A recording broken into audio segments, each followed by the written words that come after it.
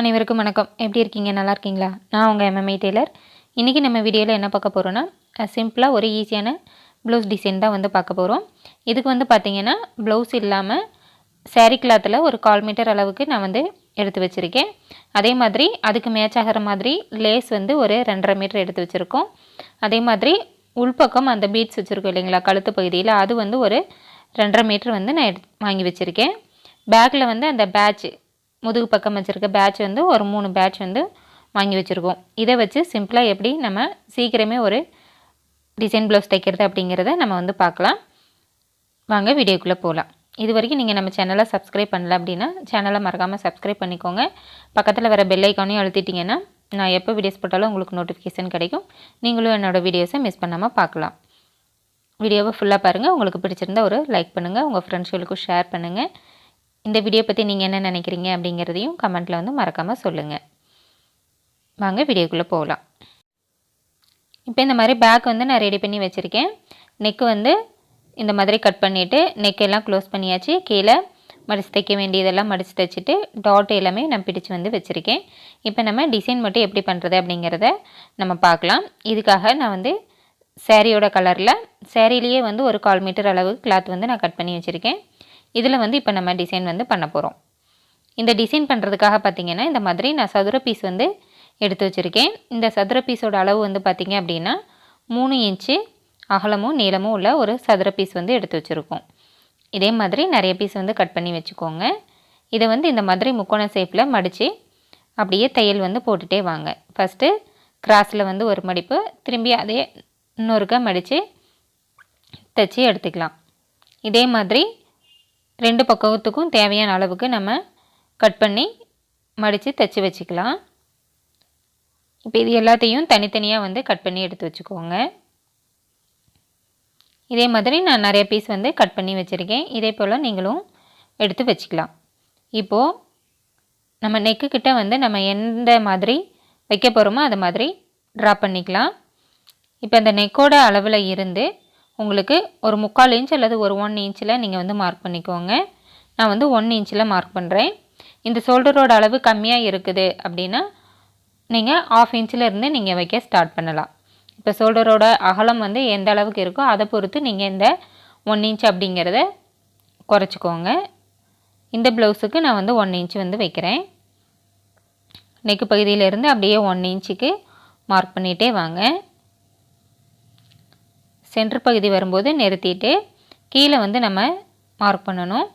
இதுக்கு இந்த முதுகு பக்கம் வந்து எவ்வளோ இருக்குதுன்னு பாருங்கள். இது வந்து 5.5 இன்ச்சு இருக்குது. இந்த 5.5 இன்ச்சில் சென்டர் வந்து மார்க் பண்ணிக்கலாம்.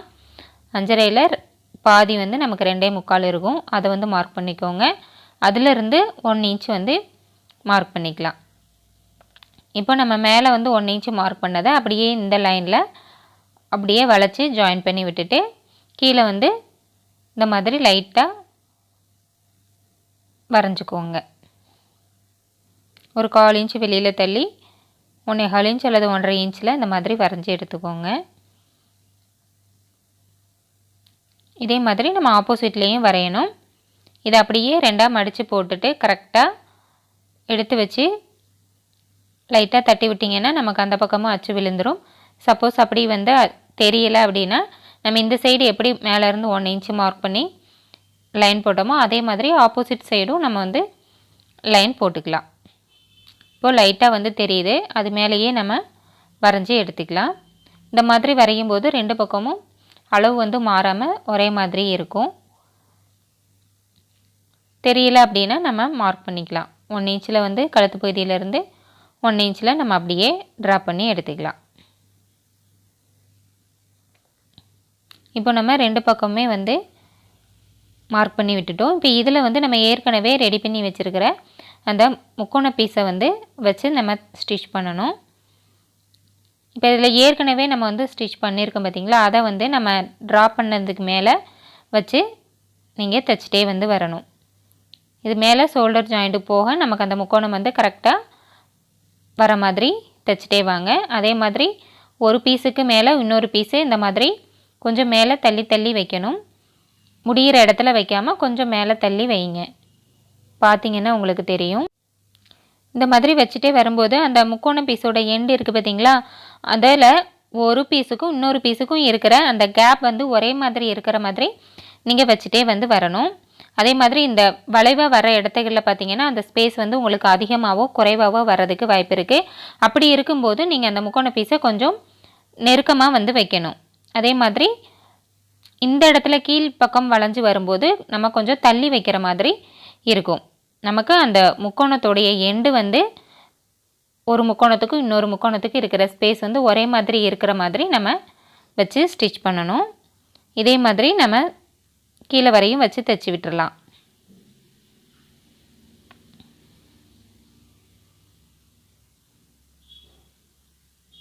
இப்போ லாஸ்ட்டாக கீழே வந்து அந்த பிசுறு தெரியாமல் அதை வந்து லைட்டாக மடித்து தைச்சிக்கலாம்.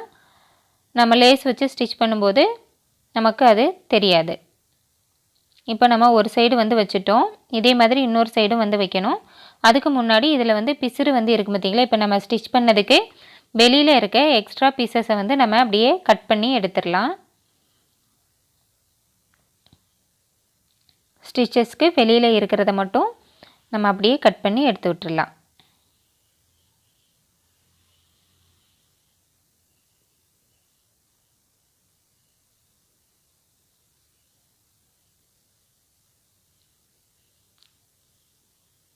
இப்போ நம்ம ஒரு சைடு வந்து ஸ்டிச் பண்ணிட்டோம். வெளியில் இருக்க எக்ஸ்ட்ரா பீசஸை கட் பண்ணி விட்டுட்டோம். இதே மாதிரி நம்ம இன்னொரு பக்கமும் வந்து தைச்சி வந்து விட்டுடலாம். இப்போ இந்த பக்கம் எப்படி நம்ம ஸ்டிச் பண்ணமோ அதே போல் அந்த பக்கமும் நம்ம ஸ்டிச் பண்ணி விட்டுடலாம்.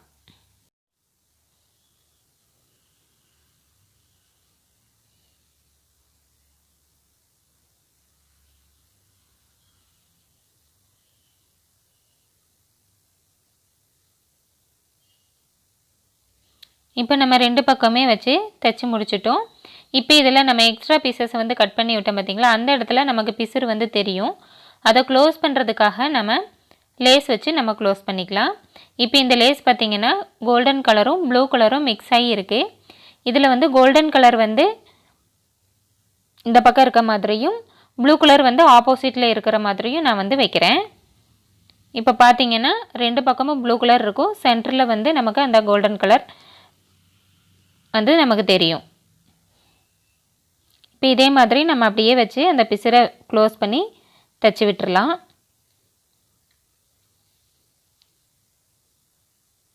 அந்த மாதிரி டபுள் கலர் லேஸ் இருக்குது அப்படின்னா நீங்கள் அந்த கிளாத்தை பார்த்துட்டு எந்த மாதிரி வச்சா நல்லாயிருக்கும் அப்படிங்கிறத பார்த்துட்டு நீங்கள் வந்து ஸ்டிச் பண்ணுங்கள். அது மாதிரி வளைவாக வர இடத்துலலாம் லேஸை வந்து இழுக்காமல் நல்லா லூஸ் விட்டு தைச்சிங்கன்னா உங்களுக்கு நல்லாவே திரும்பி கொடுக்கும். நீங்கள் ஃப்ளீட் வைக்க வேண்டிய அவசியம் இருக்காது. இப்போ இதே மாதிரி கீழே இடுப்பு பக்கத்துலேயும் நான் வந்து லேஸை வந்து வச்சு விட்டுறேன். இதே மாதிரி இன்னொரு பக்கமும் நம்ம வந்து வைக்கணும். இப்போ இதில் வந்து பார்த்திங்கன்னா நம்ம ஒரு சைடு மட்டும்தான் ஸ்டிச் பண்ணியிருக்கோம். இதில் இன்னொரு சைடும் வந்து நம்ம ஜாயின் பண்ணி விட்டுடலாம். சென்டரில் ஒரே தையலாக போடாமல் லேஸுடைய ரெண்டு ஓரத்துலேயும் நம்ம வந்து தையல் வந்து நம்ம போட்டு எடுத்துடலாம்.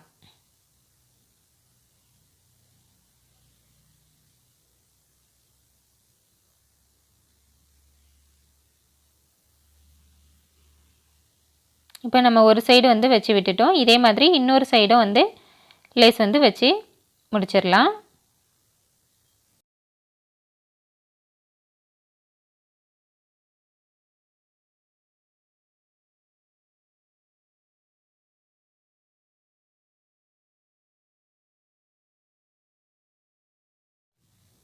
இப்போ நம்ம ரெண்டு பக்கமே லேஸ் வந்து வச்சு முடிச்சிட்டோம்.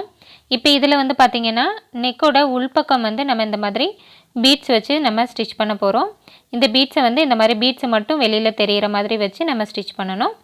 அந்த பீட்ஸுக்குள்ளே இருக்கிற லேஸ் வந்து நமக்கு உள்ளே மறைவாக இருக்க மாதிரி நம்ம தைக்கணும். இது தைக்கிறதுக்காக வந்து பார்த்திங்கன்னா இந்த மாதிரி ஒன் சைடு ஃபுட் வந்து நம்ம எடுக்கணும்.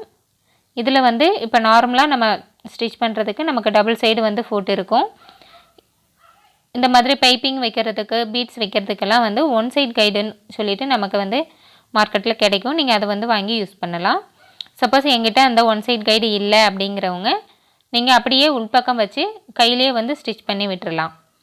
இப்போ இதில் அந்த ஸ்க்ரூ இருக்கும், அந்த கைடு மாட்டுற இடத்துல அதை வந்து லூஸ் பண்ணிவிட்டு நம்ம ஏற்கனவே போட்டிருந்த ஃபுட்டை எடுத்துகிட்டு இந்த ஒன் சைட் கைடை போட்டு நம்ம ஃபிட் பண்ணிடலாம். அது நல்லா ஸ்ட்ராங்காக இருக்கான்னு பார்த்துக்கோங்க, அசையாமல் இருக்கணும். சப்போஸ் அது லூஸாக இருந்தது அப்படின்னா நம்ம ஸ்டிச் பண்ணும்போது அது லூஸ் ஆகிடும், ஊசி வந்து கைடு மேலே பட்டு ஊசி உடஞ்சிரும். அதனால் அதை நல்லா டைட் பண்ணி விட்டுருங்க. இப்போ இந்த பீட்ஸ் லேஸை வச்சு நம்ம அப்படியே ஸ்டிச் பண்ணிக்கலாம். நமக்கு அந்த கைடில் வந்து எந்த பக்கம் ஓப்பனாக இருக்கோ அந்த சைடு வந்து நம்ம பீட்ஸை வச்சுட்டோம் அப்படின்னு சொன்னோம்னா நமக்கு தைக்கிறதுக்கு ஈஸியாக வந்து இருக்கும். இப்போ கைடில் ஓப்பன் வந்து இந்த பக்கம் இருக்குது.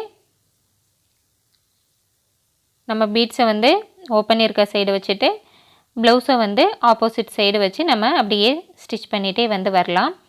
இது வந்து அந்த ப்ளவுஸுடைய நெக்கோட எண்டில் வந்து நம்ம அப்படியே ஸ்டிச் பண்ணிகிட்டே வந்தோம் அப்படின்னு சொன்னோன்னா நமக்கு வெளியில் வந்து அந்த பீட்ஸ் மட்டும்தான் தெரியும். ஏற்கனவே சொன்ன மாதிரி இந்த மாதிரி கைடு என்கிட்ட இல்லை அப்படிங்கிறவங்க நீங்கள் கடைகளில் கேளுங்க, உங்களுக்கு கிடைக்கும். சப்போஸ் அப்படியும் என்கிட்ட இல்லை, ஏன்னா எனக்கு இந்த மாதிரி பீட்ஸ் வைக்கணும்னு ஆசையாக இருக்குது அப்படிங்கிறவங்க இதை அப்படியே நீங்கள் வச்சுட்டு நம்ம ஹெம் பண்ணுற ஊசிலேயே கூட நம்ம வச்சு அப்படியே தையல் வந்து நம்ம போட்டு எடுத்துடலாம்.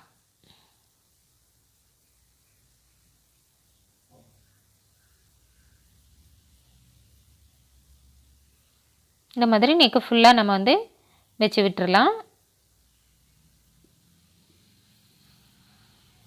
ஃப்ரண்ட்டுக்கும் வைக்கிற மாதிரி இருந்தால் நம்ம ஃபஸ்ட்டே வந்து ஷோல்டர் ஜாயின் பண்ணிவிட்டு ஃப்ரண்ட்டுக்கும் சேர்ந்து நம்ம வந்து வச்சு விட்டுடலாம். இப்போ பார்த்திங்கன்னா நம்ம பீட்ஸ் வந்து ஜாயின் பண்ணி வச்சிட்டோம். இப்போ அடுத்து வந்து பார்த்திங்கன்னா இந்த முதுகு பக்கம் வந்து நம்ம ப்ளைனாக இருக்கிறதுக்கு பேட்ச் வச்சோம்னா நமக்கு நீட்டாக வந்து இருக்கும். இதுக்காக வந்து பார்த்திங்கன்னா நான் ஒரு 3 பேட்ச் வந்து வாங்கி வச்சுருக்கேன். இந்த 3 பேட்சையும் நம்ம இந்த மாதிரி மேலே ஒன்று கீழே ஒன்று சென்டரில் ஒன்று இந்த மாதிரி வச்சு நம்ம ஸ்டிச் பண்ணி விட்டுடலாம். இது வந்து நம்ம க்ளூ போட்டு ஒட்டி விட்டுட்டும் நம்ம வந்து ஸ்டிச் பண்ணலாம், இல்லைன்னா அப்படியே வச்சு நம்ம சுற்றிலும் வந்து தையல் போட்டும் நம்ம வந்து வைக்கலாம்.